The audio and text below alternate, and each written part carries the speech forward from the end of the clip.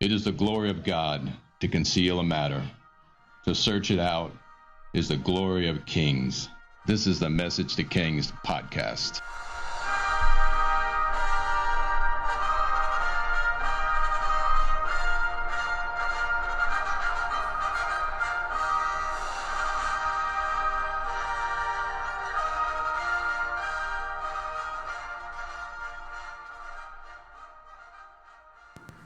Episode 169, The First Olympic Games. After Paul visits Athens on his second missionary journey, he turns north and approaches Corinth. On the way, he witnesses a change in the environment as he sees people preparing to travel to Corinth, or those on the road headed to Corinth for the Isthmus Games. The city was bursting in population in preparation for the spring 51 AD Isthmus Games, one of the cities which hosted a form of the ancient Olympics. His experience in Greece in the midst of the hub of the ancient Olympic Games influenced his life, his writing, and the Bible as we know it today. Prior to his arrival near Corinth, Paul brought the gospel to Greece and led many to Jesus on the northeast coast of Greece and went down to Athens. One could feel the pull of the Olympic Games in the heart of the Greeks and Roman world at the time, for the spring 51 AD time frame hosted a variety of sports and world-famous Olympic-type events. Paul, being all things to all people, turned his sermons into a sort of sports evangelism. His references to racing and such almost seemed countless from this time period forward in his life, for he constantly paralleled the Christian walk with the things of his age, the armor of God to a Roman soldier's weapons, the journey of a Christian to a race of sorts, and finishing the race. Paul truly respected the culture around him and applied culture to tailor his message to be received by his audience. Paul entered Corinth probably pretty pleased with the volume of people in Corinth just for the sporting events. Instead of being angered at their excessive love of the games, he used it to further God's message. Instead of traveling on, he stayed for a while and preached to the flocks of people who traveled to be entertained. Why not use this opportunity to preach the gospel? And year after year, the Olympic Games becomes a backdrop to Paul's adventures in Greece. Instead of showing great hatred and divine judgment against the love of things rather than love of God, the Apostle Paul used the Olympic Games to further the gospel through evangelism and teaching. Now that we've arrived at 776 BC, we arrive at the first Olympic Games in world history, and we'll cover the sacred truce, God's character, which can be learned from the Olympics, and sports, and conclude with Paul's approach to spreading the gospel through the means of his time and how he tailored it to his audience.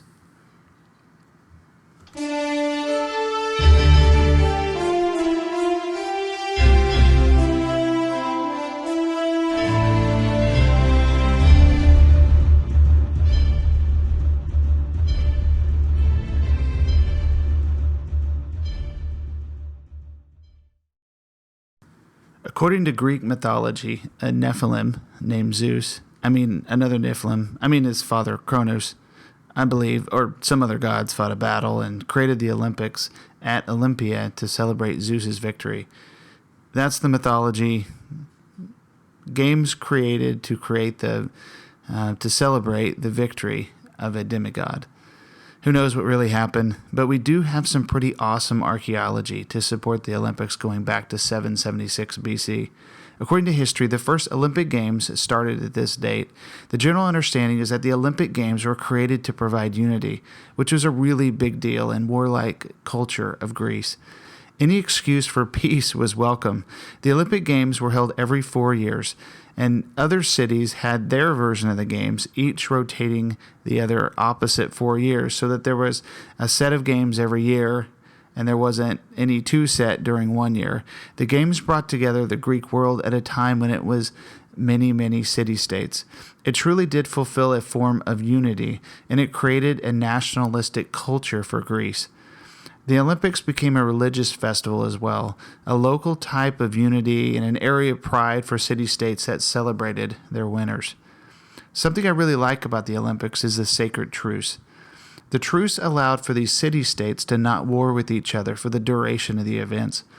The small town of Olympia would swell to 40,000 people for the events. Olympia reminds me of one of those cities of refuge in Israel, and it became relief for the world pressures of war and diplomatic stresses between the states. One entry said a climate of peace was considered important for the Games. I like the choice of words on the Olympic site. A climate of peace was considered important. We don't have any evidence of God's prophets or Jews in Greece at this time, but this climate of peace sure sounds like a godly characteristic.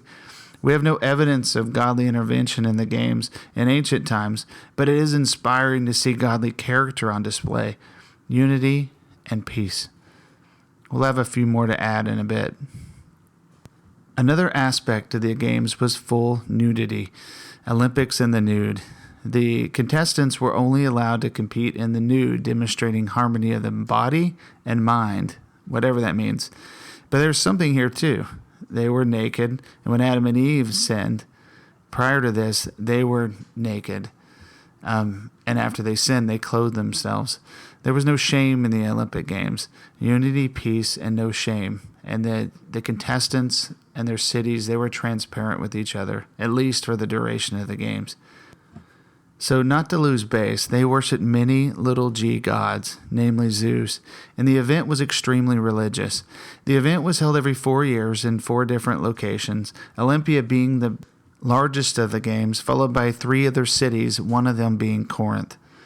The original Games had 3 qualifications for entering the Games. One had to be all of the following: Greek in origin, male, and a free man.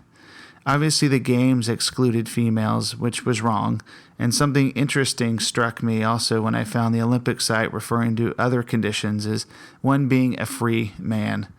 Obviously, free men in this context meant not a slave, but a free man refers to one free from sin and shame in our vernacular. Like Adam and Eve naked in the garden. Interesting. Lots of interesting things about the Olympics.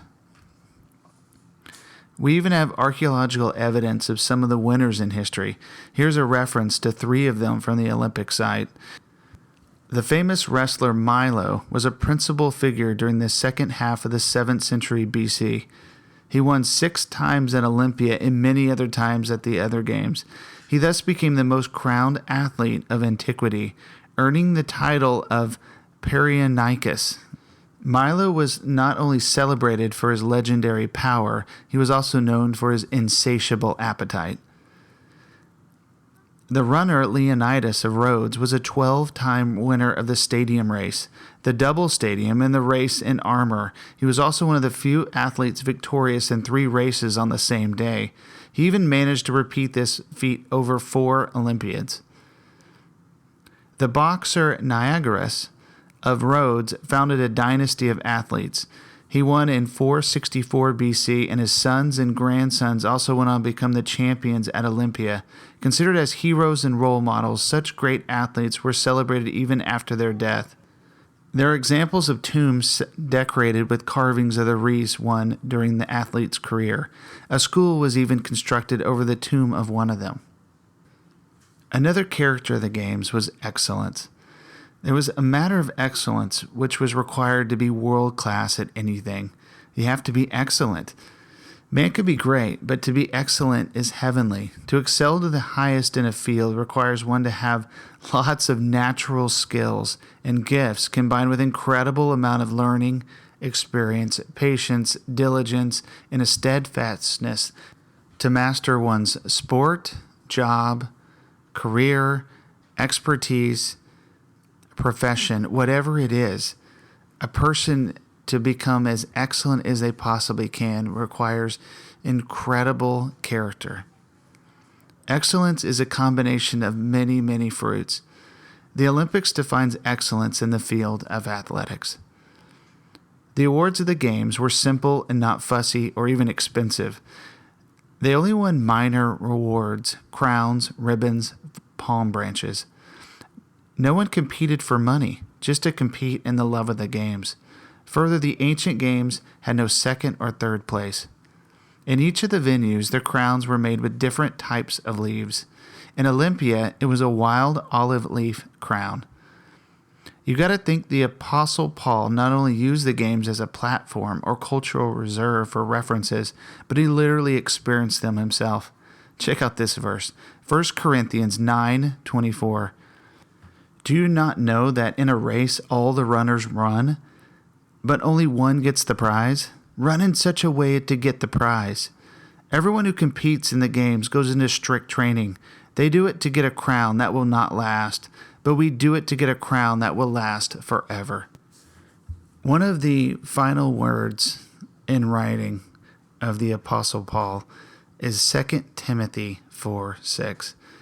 It was penned by Paul while he was imprisoned in Rome awaiting his execution in June AD 67. He called his Christian journey a fight, a race, a challenge of faith. It's amazing. 2 Timothy 4:7. I have fought the good fight. I have finished the race. I have kept the faith. And we conclude with this verse. What a wonderful heavenly perspective. Like a race where thousands of fans cheer on their favorite, Paul, in his great ability, pens these words which entail the Christian walk for us all. Hebrews 12:1. Therefore, since we are surrounded by such a great cloud of witnesses, let us throw off everything that hinders and the sin that so easily entangles us, and let us run with perseverance the race marked out for us.